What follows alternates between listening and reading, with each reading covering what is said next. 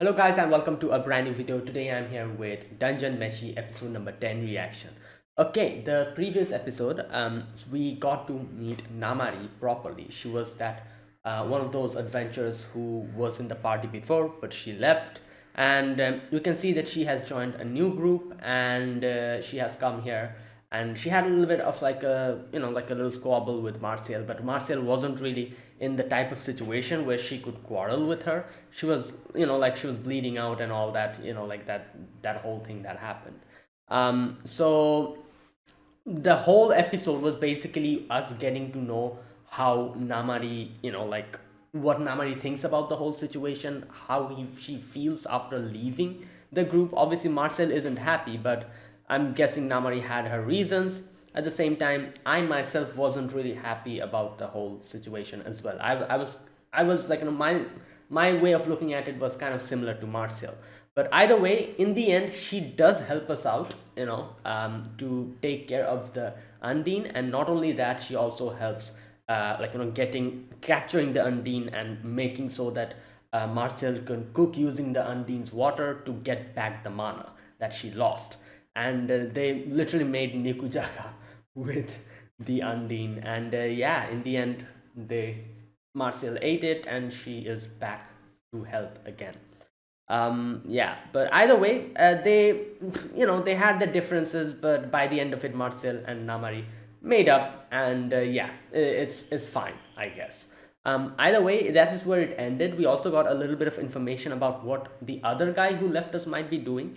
Also, we got to know that that guy actually likes Falin, so he's probably doing something in his own way to try to help her out. So, let's see where this goes then. Okay, so this is episode number 10. Let us begin. I'll be putting the subtitles and the timer here. Sync it to whichever is your preference, and let's get started. Okay, here's the countdown. 3, 2, 1, go. Mm.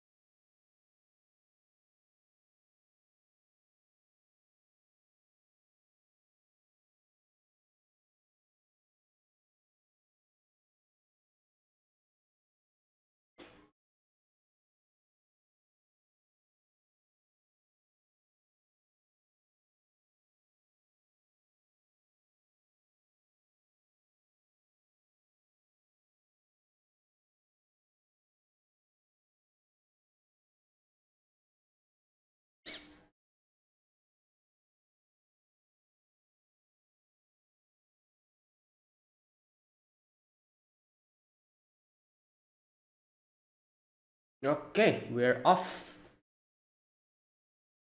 deeper into the dungeon. Okay.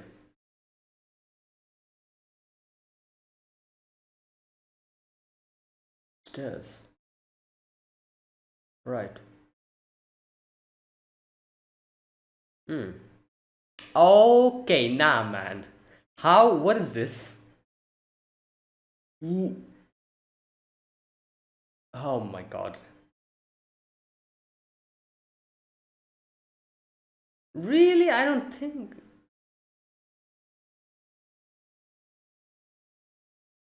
Okay. Hmm.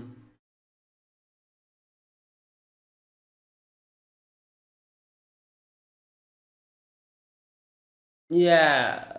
Yo. Bruh.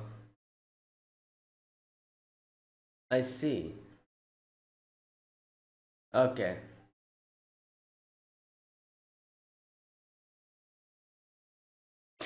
He has experience. He has experience in it.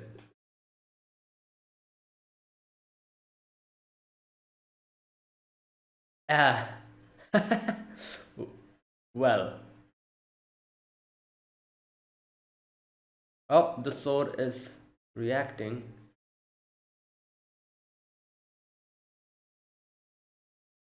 Um.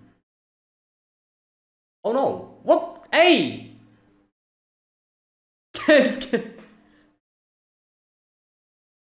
Wait, we just you just threw it up. Oh my god!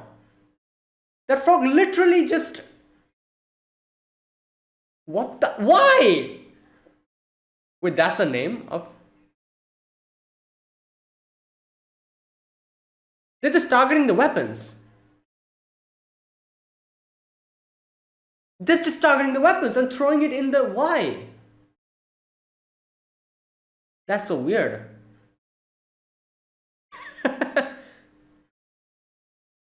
um. Oh, yeah, maybe we can.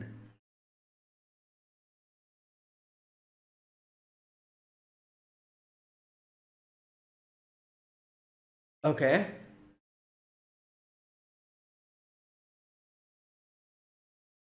Yeah.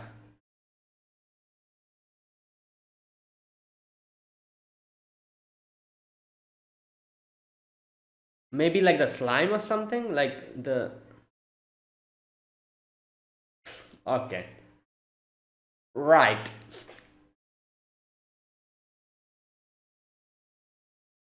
Yeah, he's going to use it to like line up his hands, I'm guessing.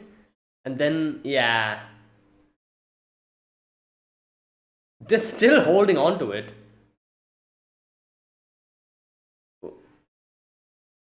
Yeah, he has to extract the.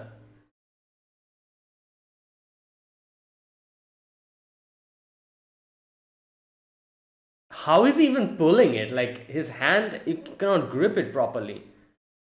Oh, he realized. Oh no! Hey man! What is this, Konosuba? Hey yo!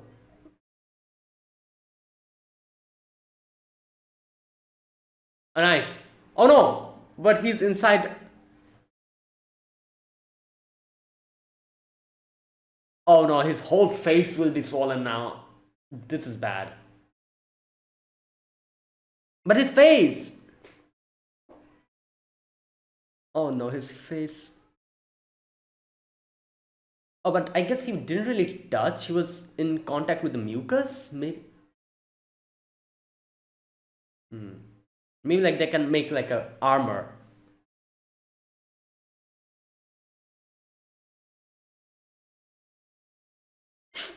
He's going to cook. He's going to cook the tentacles.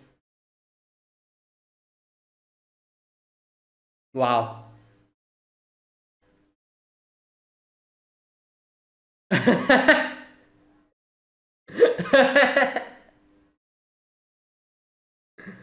Oh my god.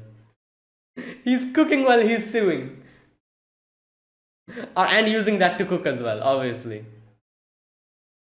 Right. Frog suit. Pasta and frog.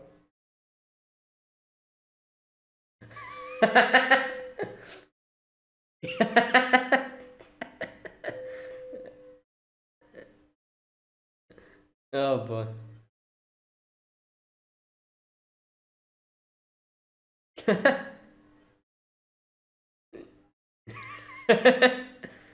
Bruh. I don't think.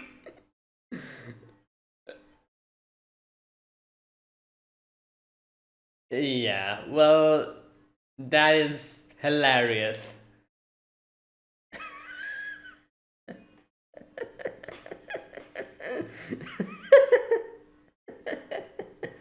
Oh my god.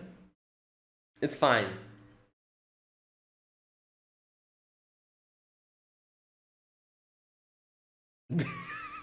They're eating while going. Hey. Oh, there you go. Thank God.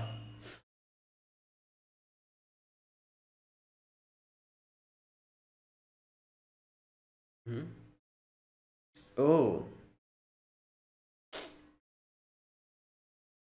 okay.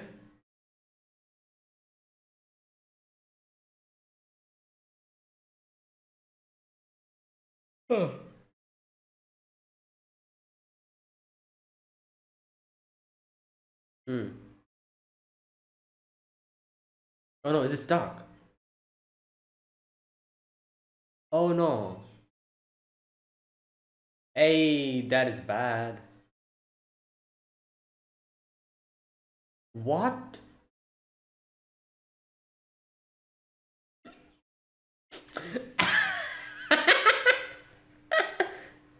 Oh my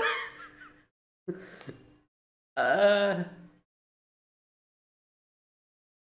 No, this is the portal. What's happening?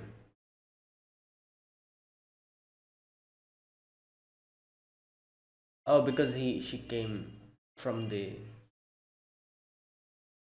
Lord of the Island.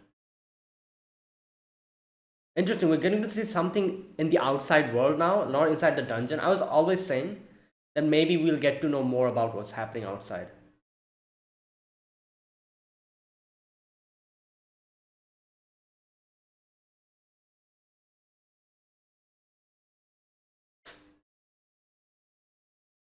Work hard. Yeah.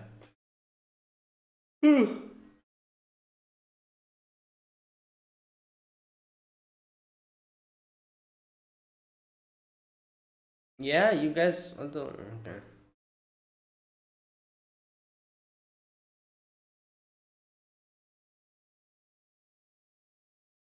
Hey, yo, what's up with this dude?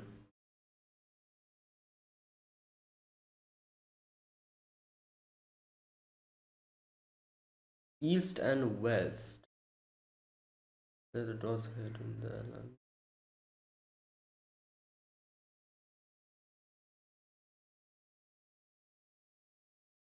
Oh, really?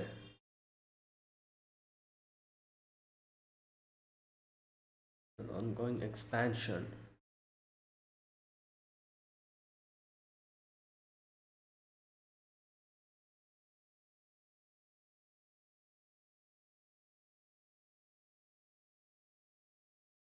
Temper.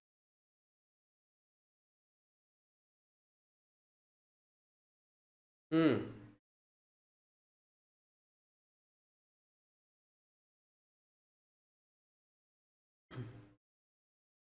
Oh, then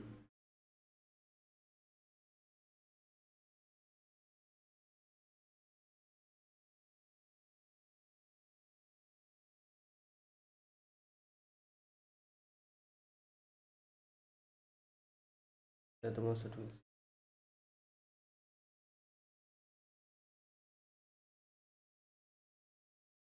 the elves.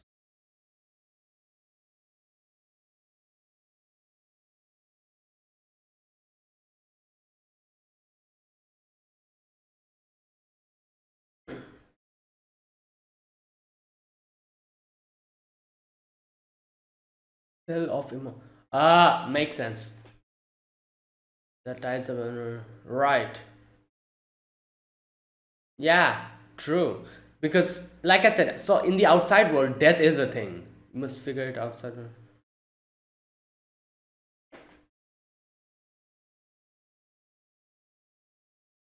Always a blueprint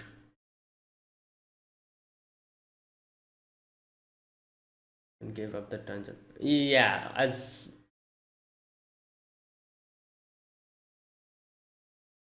interesting.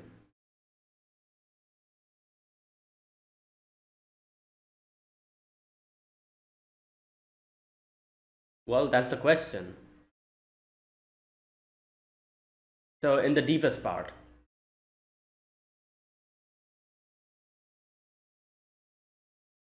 bargain down the prices for and the loot from the. Yeah, for the future. So he's like, don't be.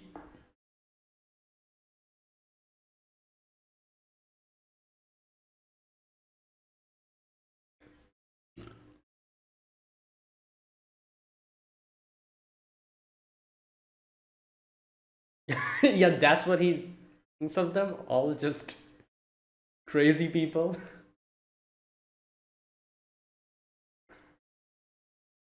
Oh, just girl.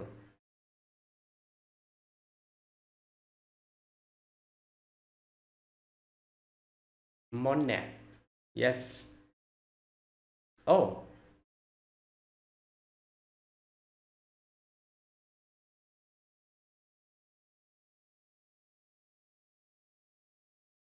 Hmm.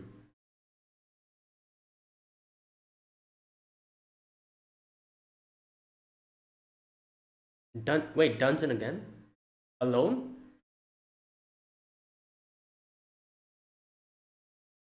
Huh.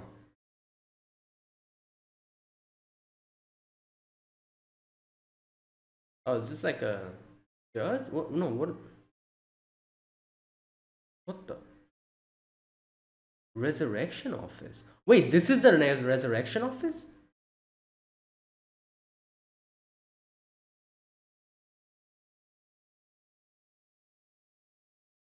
Email down. Oh, is she looking for Fallon? But I no, Fallon hasn't been. Yeah, like fought. What?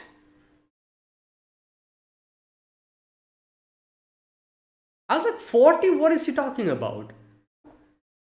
Yeah, she's still not digested, and if she gets digested somehow, if you are not able to,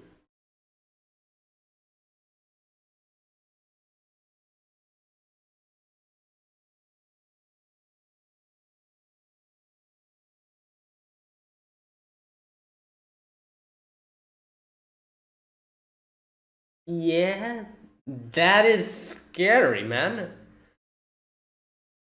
bro.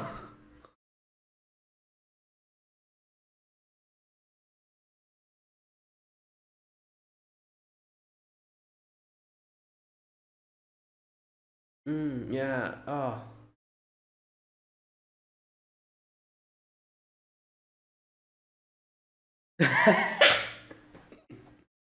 Well, he just wants to cook food. Oh no, what's in there?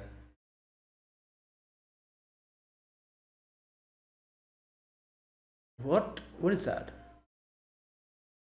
Oh, it's charred remains. No, what? Warg. And it's like it's recent probably because yeah, because it's still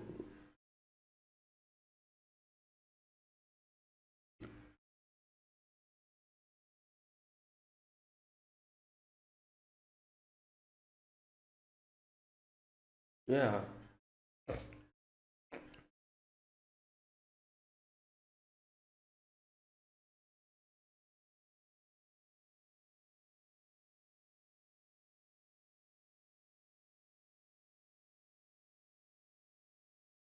Hmm.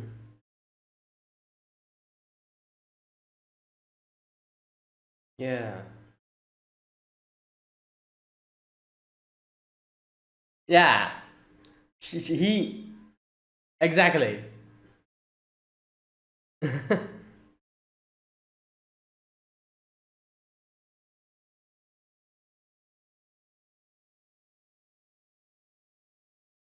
Okay. Okay. Right. Yeah, that was a good. Okay. But now we have half of the people with us. Yeah. Half of them are gone.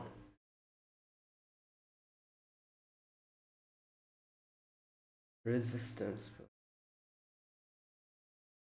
Hmm. Oh, like the reverse scale or something?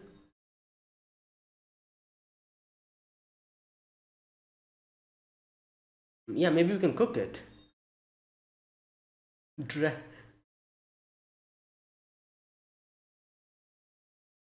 oh no. Hey. Yeah. Hmm.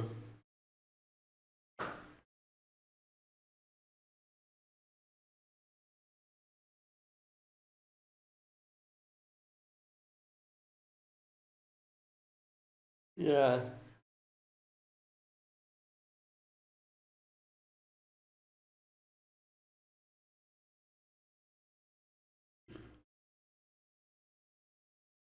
Hmm.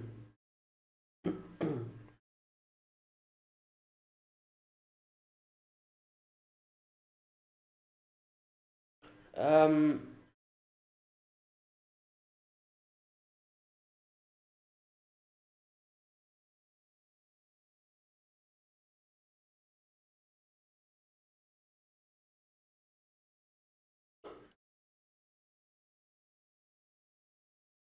Oh my God. Blow up a building.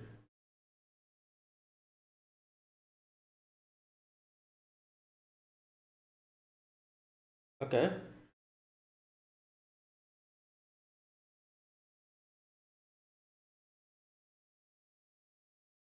Huh.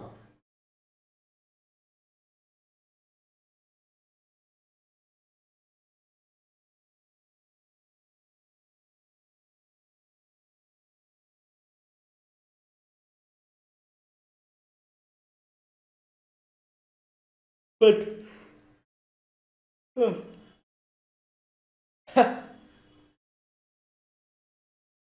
yeah, that's the question. Like, is it because what? No.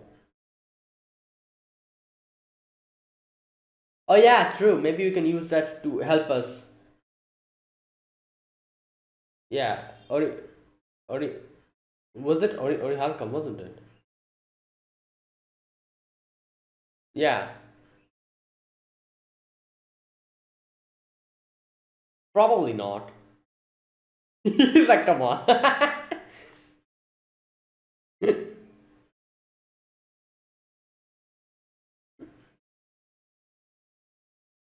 I feel like the whole plan that they're making is not going to go as simple as that. And yeah.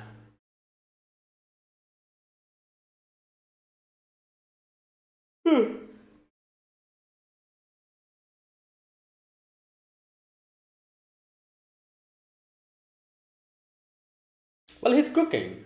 Let him cook.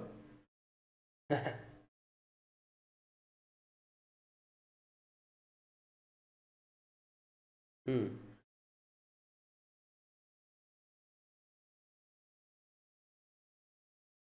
Ah.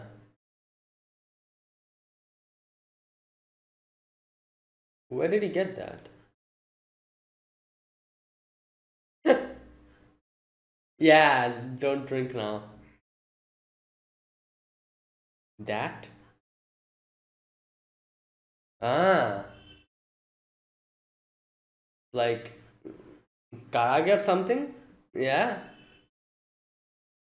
Yeah, karage. Or something like that.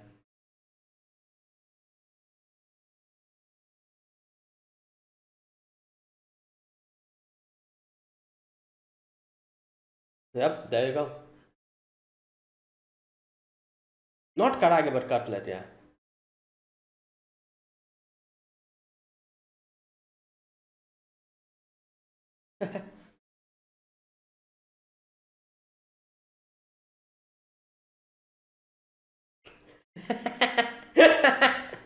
Okay, yeah, we have to deal with it first. Like, we shouldn't start counting our chickens, you know?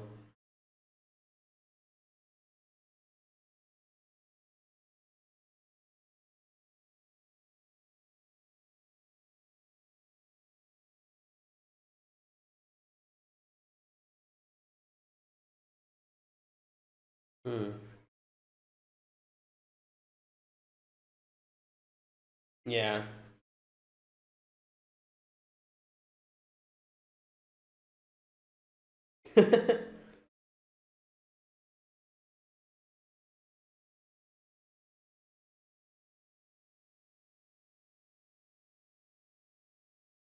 They're all in the middle of eating. Yeah.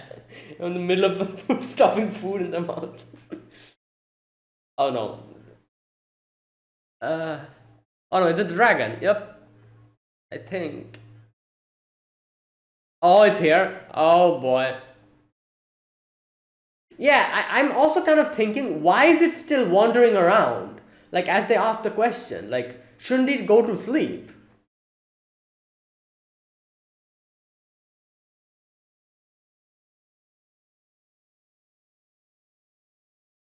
Oh my god, I feel like they're going to.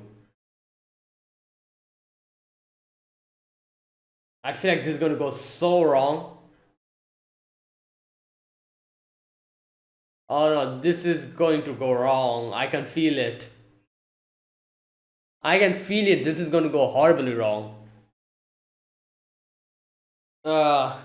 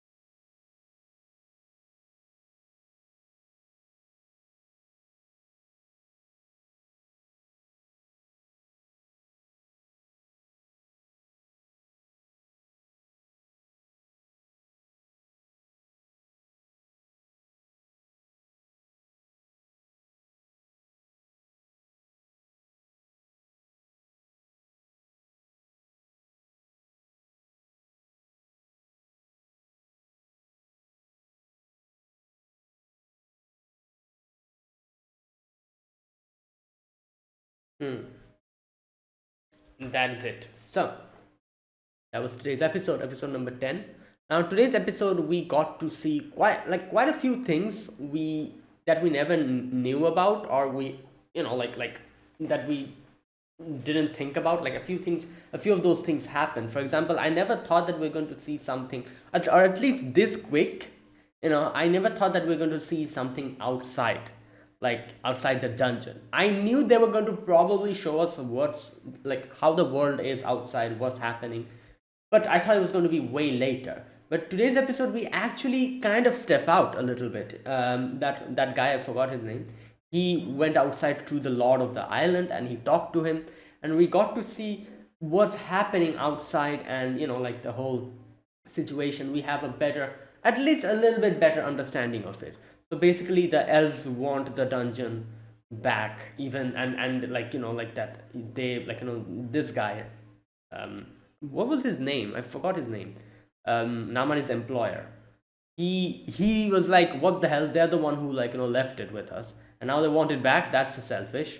And a few of the like those the situation we have a better understanding about. Also, another thing we got to know is that the elves are trying to get their hands on the resurrect, not resurrection, but like that whole thing where inside the dungeon your soul is kind of attached to your body. Even if you die, it's like attached, and you can resurrect the people.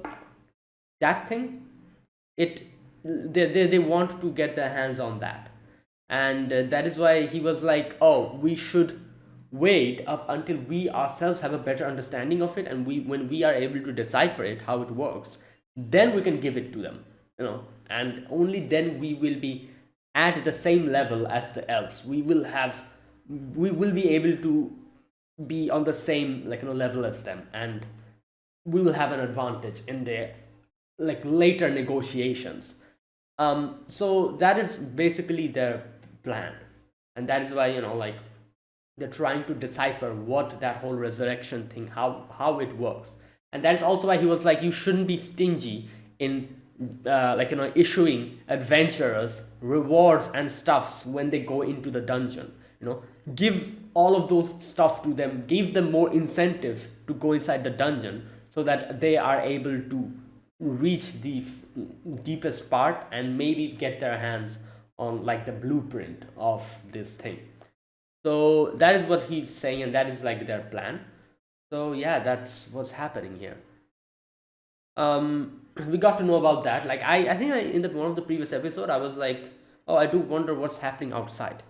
So yeah, now we have a little bit of understanding, and yeah, it is true. That means like outside, in the outside world, death is actually a thing.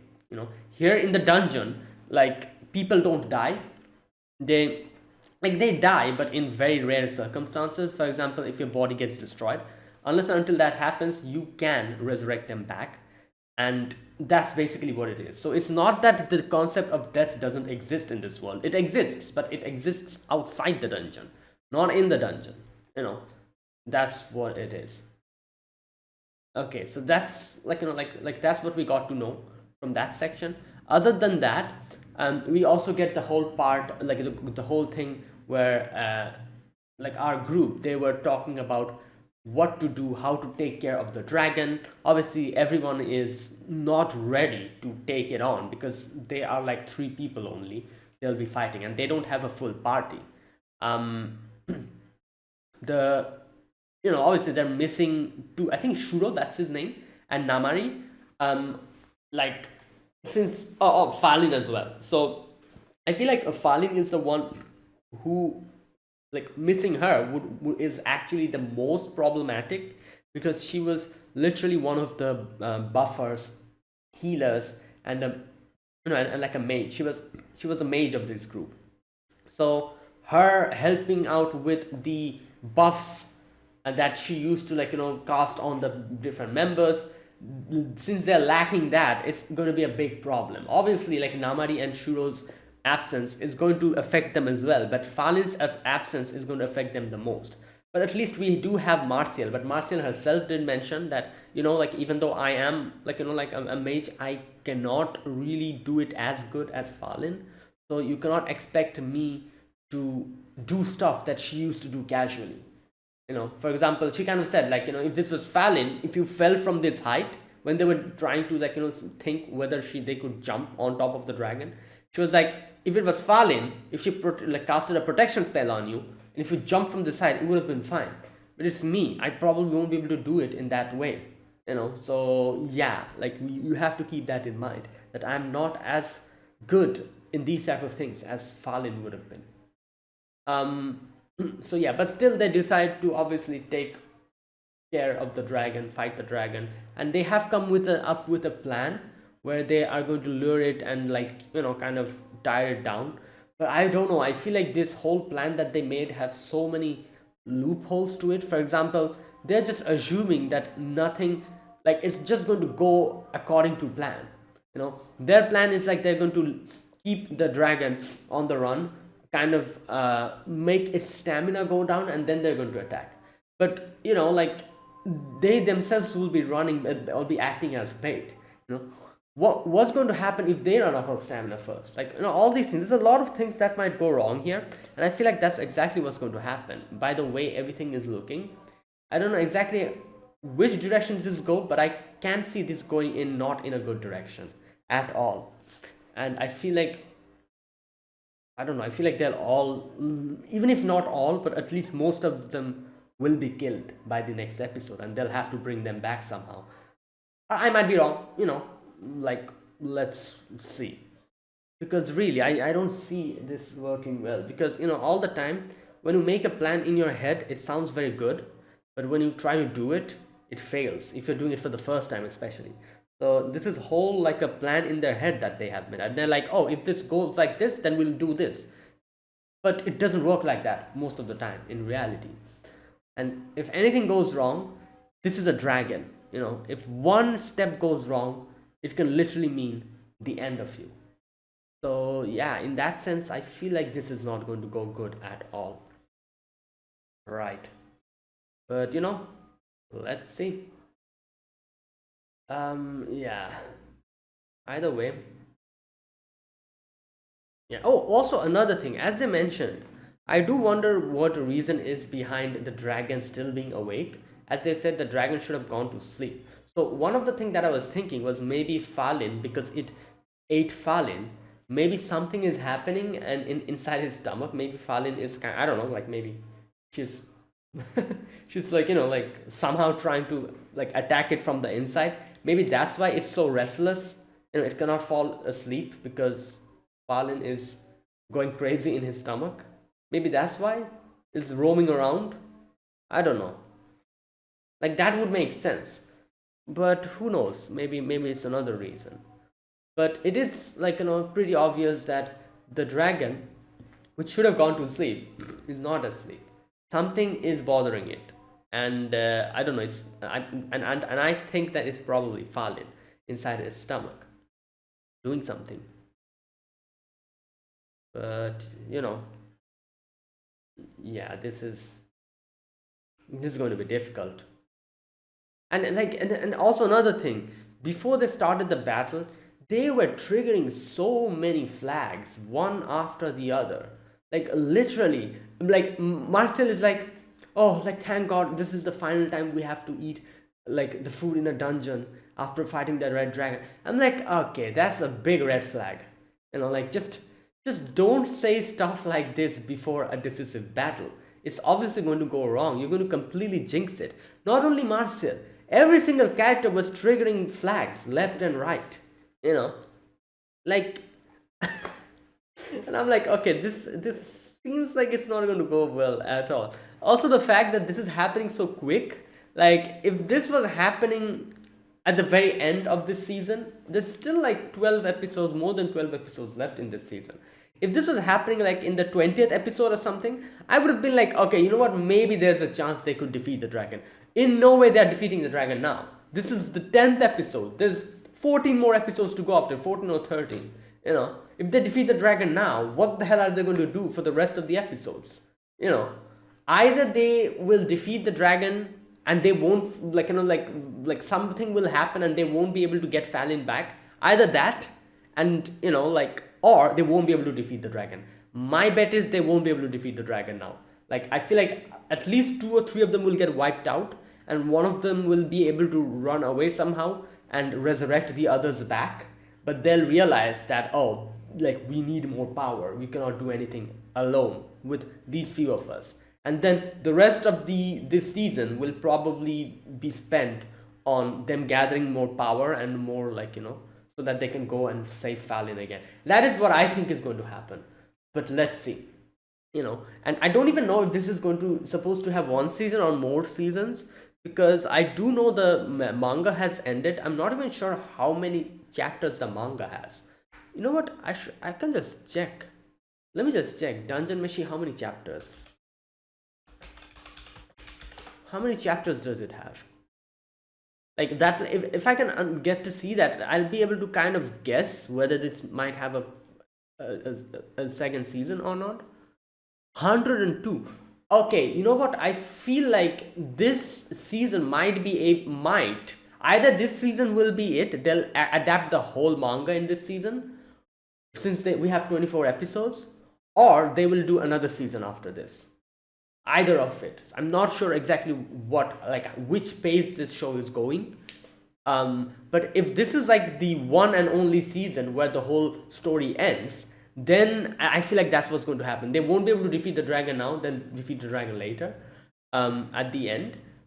But if we have another season, maybe it'll be a little bit more bigger and it'll expand. I don't know. Either way, in no way are they defeating the dragon now. I can guarantee that something is going to happen, which is probably going to stop them from doing something.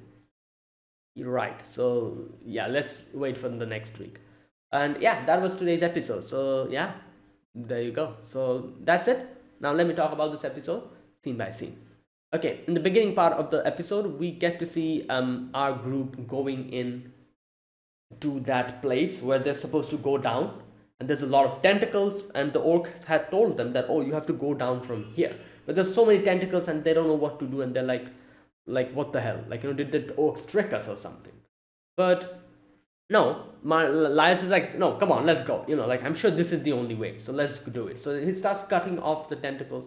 Now it's kind of funny to see that while they are doing all of this, oh no, before that, Chilchak also says something. He says that beware of the tentacles that are coming out from the walls, because they might try to grab you.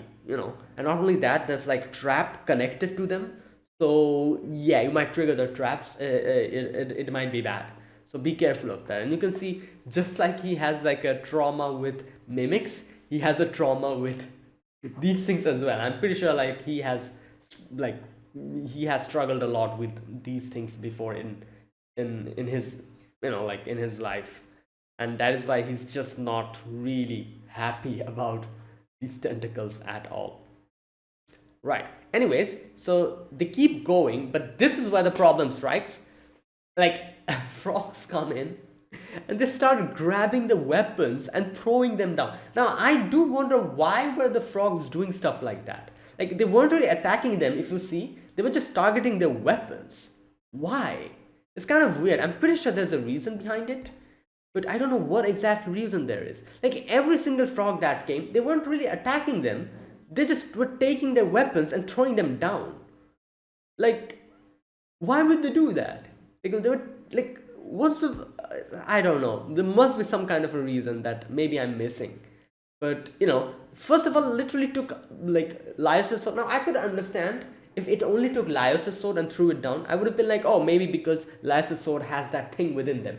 The frog realized that, and that's why it took the weapon and threw it. No. Then it targeted Marcel's ambrosia, whatever it was called, her wand. It targeted Marcel's wand and threw it down. Then it was targeting Senshi's axe. So it's literally targeting the weapons, you know. So like I said, I'm pretty sure there's some kind of a reason behind this. Don't know exactly what, but that's what it was doing. And first goes down Senshi's sword, then goes down Marcel's wand, and then the other frog was going for no, it's not Senshi, sorry, Laius's sword, then Marcel's wand, and then they go for Senshi's axe. But this time they're like holding tight to it and not letting it go. So Chilchak decides to do something about it. So he decides to trigger the trap, and to trigger the trap, he needs to grab the tentacle and pull it out. But the tentacles have that thing. It's going to make your hand swollen. So what do you do in that type of situation? Yeah, he sees that the tentacles aren't really affecting the frogs, so he goes and cuts the frog's thing. Or what do you call it? The skin, yeah, and puts it on his hand to grab the tentacle and pull it out. But it was stuck. It wasn't really properly budging. Okay, now here's the thing. I feel like these frogs were pretty damn smart as well. You could see that first of all they were targeting the weapons, and then not only that, when the frog saw that Chilchak is trying to pull the tentacles out, it probably realized that he's trying to trigger a trap. So he immediately leaves the axe and targets Chilchak, like almost eats him.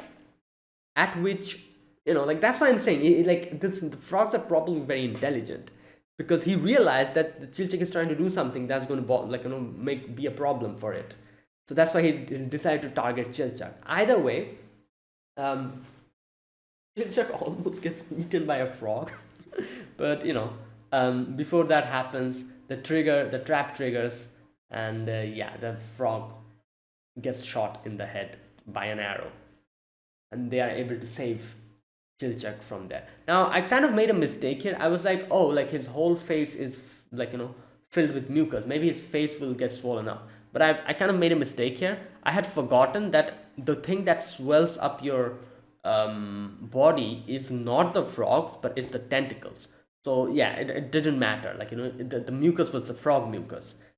It wouldn't matter. I kind of made a mistake here. I forgot. I kind of mixed the two up. I thought I forgot that the tentacles were the reason for the swollen hands, not the frogs. So yeah, that was my mistake.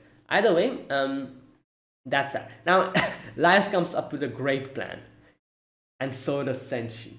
Laius's plan is, let's cut the thing and make an armor of it. Senshi's plan is, let's cook the frog. Well, obviously. That's kind of funny because Laius was making sewing the thing, while Senshi was using the tentacles to kind of make a base for the food, and then he takes the frogs and put it in the cooking pot. And this part is kind of funny because Marcel was really just puzzled here. At first she sees that Senshi is doing this, trying to make a dress out of the frog. So she was going to stop him, but then she saw Senshi's cooking the food. So she kind of got puzzled here, didn't know which one to go and try to stop.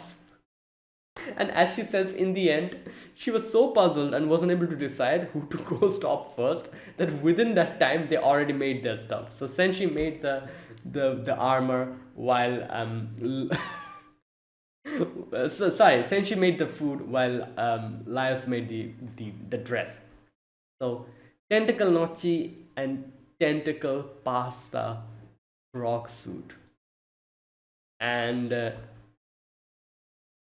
Master's like, good god, like you guys.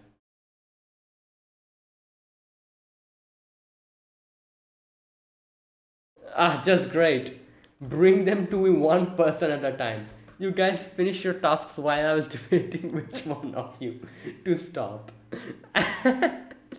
Right.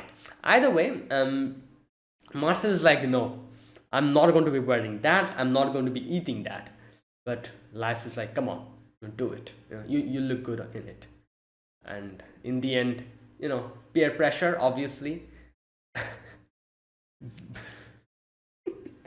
To put on the dress. I love, like you know what, the dress that I love the most is Senshi's dress. He, he he looks like a who does he look like? He looks like a lobster, like I don't know. No, he looks like one of those like those villains in One Punch Man. The those crab villains and stuff that we see in One Punch Man. They literally look like that. And Senshi's his beard is so thick, it cannot be contained inside the frog suit. It's just literally popping out, bruh. And oh my god, this part was funny. They were all like, and Marcel is like, yeah, I look amazing in this. Like, just look at me, like so beautiful I look with that deadpan face. Uh, Either way, but you know what? It doesn't matter how you look like. What matters is that whether this will help out or not. Yeah, it did. So they ended up going through the whole thing without anything happening. They didn't need to cut it. They could literally go through it now because they have the protective armor on them. So yeah, they actually like go through that whole part without any problems while eating their pasta. So it was good, you know. And yeah, finally they find out that they get back their weapons, Ken Scan Ambrosia, and yeah, then finally they are in front of the city, the town, and Marcel realizes the frog suit is getting stuck to her body, and Lys is like, oh, sorry about that. Didn't get enough time to clean it, so the blood has congealed inside and got stuck to your clothes. Right. And yeah, and they're like, are we going to fight a Marcel's like, are we going to fight a dragon like this, looking like this? Is this how I'll meet Fallon after so long? You know, like what the hell? Right. Now, all that aside, we then get to know this guy, um, uh, Namari's employer. I've forgotten his name. What was his name? Tampo or something like that. I've forgotten his name completely. But Namari comes out, and Namari is like kind of feeling sick, so she goes to rest. While all of this is happening, that guy goes out to meet the lord of this island. Now, this lord of this island looks, I don't know, I don't have a good impression of him. He seems like a typical, you know, like one of those typical like useless people who literally just, I don't know, I might be completely wrong. I'm just judging by this little bit. But throughout the whole conversation, I could see he is kind of, you know, like one of those incompetent people. That's at least that's what I felt like in the beginning, like seeing him in today's in this episode. Who knows? Maybe I'm wrong in judging it like that. But I don't know. I don't have any hopes out of this guy, because even though he's like the lord of the place, Namari's employer, he is the one who was literally calling the shots, and he's like, do this, do that, and this guy's just like sitting down and he's just complaining, and that's it, and that's all that he was doing. So yeah, I don't have a good impression of him, but yeah, whatever, you know.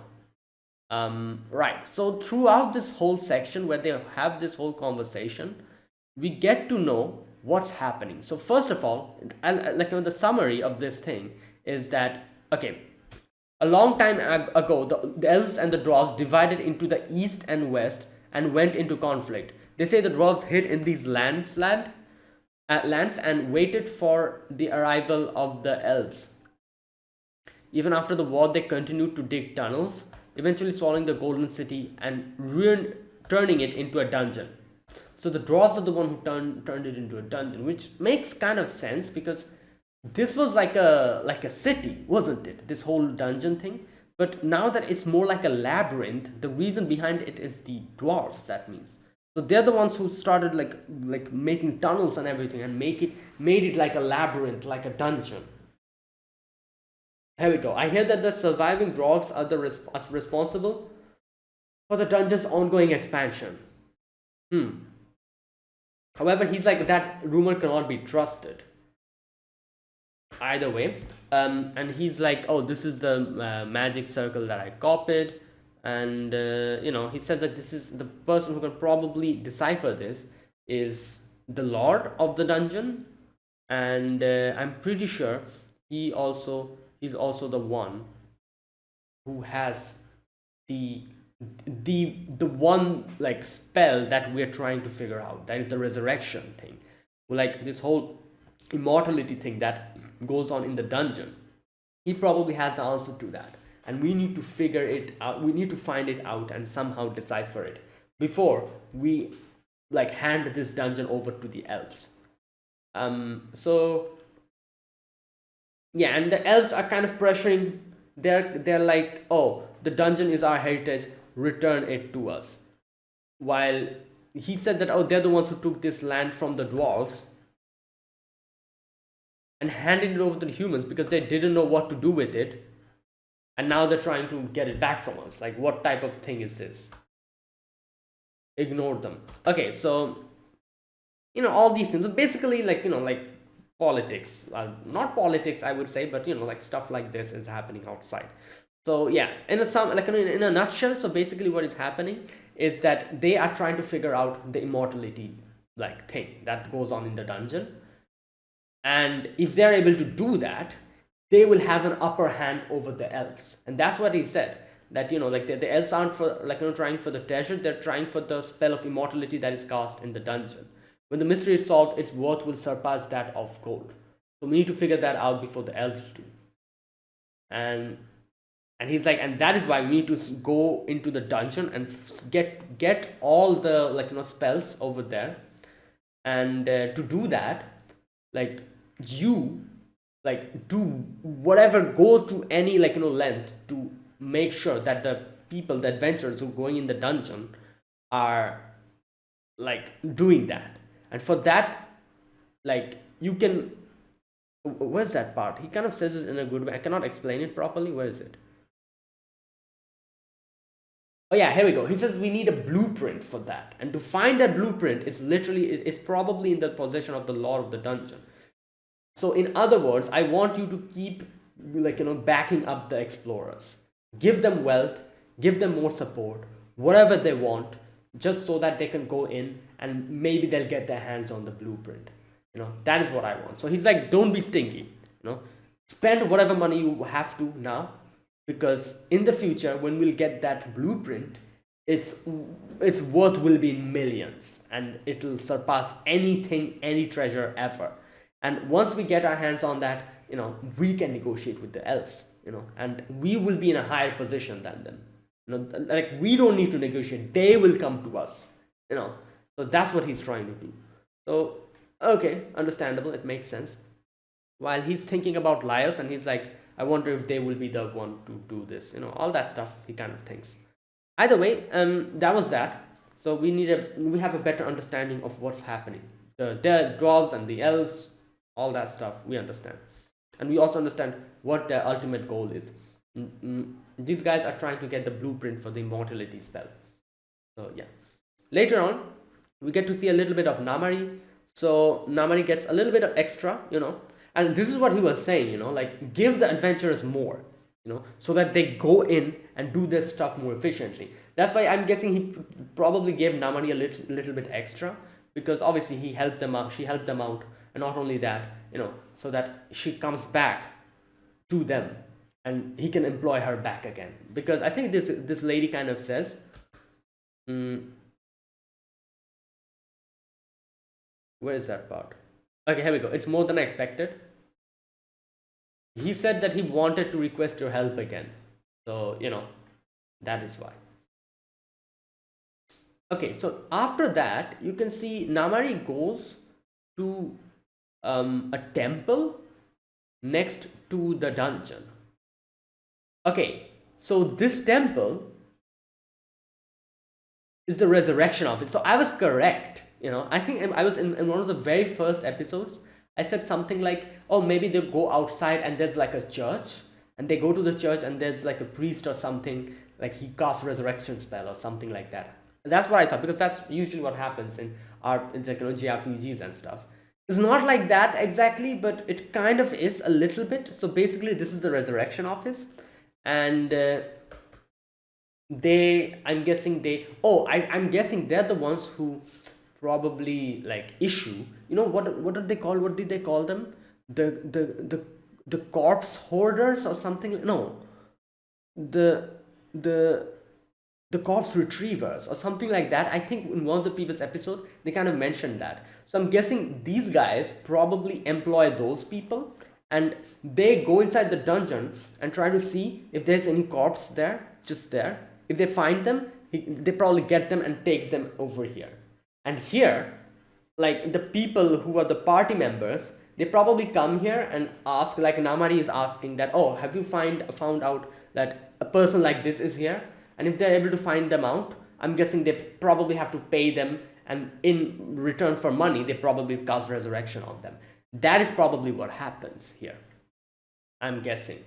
And it would kind of make sense, like, then, like, who are the ones who brings the corpses back here? These people. They probably employ those guys, those ones, and they get the corpses and take them. It's kind of like a lost and found, like thing, like a lost and found box in a weird way. Like, like if you find something in the that has been on the like, road, and someone has lost it, and you get it and put it in, like, give it to like the lost and found department or whatever, and the person who has lost it, they come asking that, oh, have something like this been found? And they kind of check the records, and they're like, oh yeah, here we go, there's something like this. And I'm guessing you have to prove that, this is yours, which doesn't happen here because it's literally a human being. I don't think you can prove that. But yeah, either way, it's something like that, similar to that. So they find out the corpses, brings them here. The adventurers, or the family members of the adventurers, they probably come here, see, like, and tries to see whether the people are, like, the ones they have lost in the dungeon, they're here or not. If they find them, it's all well and good. Probably pay them for casting resurrection or something like that. And that's what Namari is trying to do here. Namari comes in and she's like, "Oh, have you found someone like this?" Like, and and kind of describes Falin's appearance. And he's like, "Oh, you're talking about Falin, a female, tall, man with light brown hair."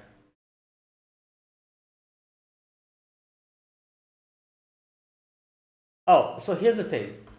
He asks her, like, in her age, and she's like, oh, her teens or her 40s. And she's like, wait, 40s? And he's like, wait, you're talking about Lars' sister. She isn't in the 40s, she's like in the 20s. And Namari made a mistake because she wasn't able to properly guess, because as she said, she doesn't know what age, like, it's hard to guess the age of people from other races. Makes sense, because obviously different races here have like different, like, age range and how they look like. For example, Marcel is quite old because she's an elf. What's his name? Chilchak is quite old as well, but he doesn't look like it. He looks like a 15-year-old kid, but no, he's like in his 40s. So something like that, and she wasn't able to guess properly. That's why. Either way, yeah. So I'm guessing she comes here trying to find if if Falin has been found. Probably comes here every single day trying to see if, like, Falin has been found. So she has been doing something at least to try to find out Falin. Either way, now we are back to Laos as a group, and they're like going through this place, and they've come across the charred remains of like some some people, and they realize it's the dragon. It's probably the dragon's breath, and since it's so fresh, that means the dragon was here very like like quite a while ago. So Marcel is kind of panicking. Obviously, makes sense because she can understand the as like the more and more closer she's getting to the destination, she can realize that yeah, this is a very difficult. This is going to be a very difficult job, and she also has like confidence issues as well. You can see she's like, I'm not like Falin. I cannot really do stuff as much good as Falin can do. So like she's kind of struggling. Life is like, don't worry, it'll be fine. But there like their fear is, it makes sense because first of all we're missing three people. Falin isn't here, over there Shuro isn't here, and Namari isn't here. We do have Senshi with us, but like Falin's absence will be the biggest problem here. And Marcel, as she says, that she doesn't have enough experience, not experience, but she doesn't have enough talent to do the same things that Falin was able to do. So Senshi asks them, how did you defeat dragons before? And they kind of say like, Falin used to cast like buffs on us, and then we used to kind of like tire the dragon out. Then Marcel used to use the explosive magics. Then Shuro would deal like the final damage. That's how we used to do it. But since a lot of people are missing now, it'll be problem this time. And another way of defeating the dragons are like the weak spot that is underneath the throat. But this dragon is pretty damn big, so it's going to be difficult to do that. Right, so they come across a place where the upper bridge was kind of broken, so they realize the dragon went through it, and they're trying to like see whether they can go up the bridge and drop down from that, trying to get the dragon in the weak spot. But Marcel is like, don't try to do that. Even if this was Falin, we could have understood because her magic spell would have protected you. My magic spell might not be able to save you if you drop down from here. So they're kind of like in kind of like they don't know what to do. They're kind of like afraid of this. But Laios, by the end of it, Laios is like, you know what? Don't worry. No, I think I have a plan. So basically, the plan is to blow up the building. There's a lot of building and walkways in here, so we could set off an explosive and trap the dragon underneath it. If we're able to do that, we will be able to get close to the weak spot. And to do that, we can lure the dragon to the trap. So basically, there'll be like a decoy group. They'll lure the dragon to the explosive, and we like someone will trigger the explosion. A building or something will drop it down on the dragon. The dragon will be trapped. Then we will defeat it. That is the plan. And to do that, we need to get a better understanding of the layout, and they start exploring, properly mapping down every single nook and cranny so that they can have a better understanding of the layout of that place, and they can lure the dragon into a particular direction. So okay, another thing kind of they bring up, which Laios brings up. Laios is like, I don't know why the dragon is still awake. It should have gone to sleep. So that's another thing that is, I feel like, as a red flag. Something is going on. Also, they remember that Senshi's pot is very strong, so they can actually save themselves from the dragon's breath with that. So it looks a little by little. It kind of seems like that. Yeah, they're coming to a proper plan. But even though it's a proper plan, I still think this is going to go wrong. I really think this is going to go wrong. But let's see. Hopefully, I'm proven wrong. But I doubt I will be proven wrong. I'm pretty sure this is going to go wrong somehow. Either way, Senshi was like cooking, and he's like, oh, I made bread for you guys, and they start eating. And then Senshi's like, okay, you know what? Let me do something else. So he makes like the breadcrumbs, kind of coats the meat with the breadcrumb, and makes like a cutlet, And Marcel's like, the thought of not having to eat monsters soon is making me emotional. And like I said, this is a big flag, big death flag. Like, why are you saying that? don't say that in a situation like this. It's going to go the opposite direction. But okay, this part is kind of funny because Lias tries to kind of be like, all right, you know what, you guys really helped me out. Senshi, you helped us with food, and like like helped us in a lot of other ways as well. Chilchak, you helped us reduce the time that we took to go in, and otherwise we have spent a lot of time. And Marcel, also, like you also were the one who said that you will join me to in my journey to save my sister. So all of you, thanks so much. And everyone's like stuffing food in the mouth and just looking like this. They're like, okay, like, why are you saying this now in a weird timing with stuffing our food with our mouth with food? When someone snaps a picture when you're making a weird face, kind of like that situation. They're like, okay, thanks, but couldn't you have chosen a better timing for this? Right. Either way, the whole place then starts rumbling. Yeah, the dragon is here. So they're ready to take the dragon on. However, I am. I don't have a good feeling about this. But yeah, let's wait for the next episode, and yeah, let's see where this goes. So that is today's episode number 10 of Dungeon Meshi. If you guys enjoyed this video, be sure to press the like button, subscribe if you're new to the channel, or you haven't subscribed. Comment down below anything you want to say, anything you want to let me know. I'll check them out. And that is it. So thanks for watching, and I'll see you guys next week with another episode of Dungeon Meshi. Until then, goodbye and have a nice day.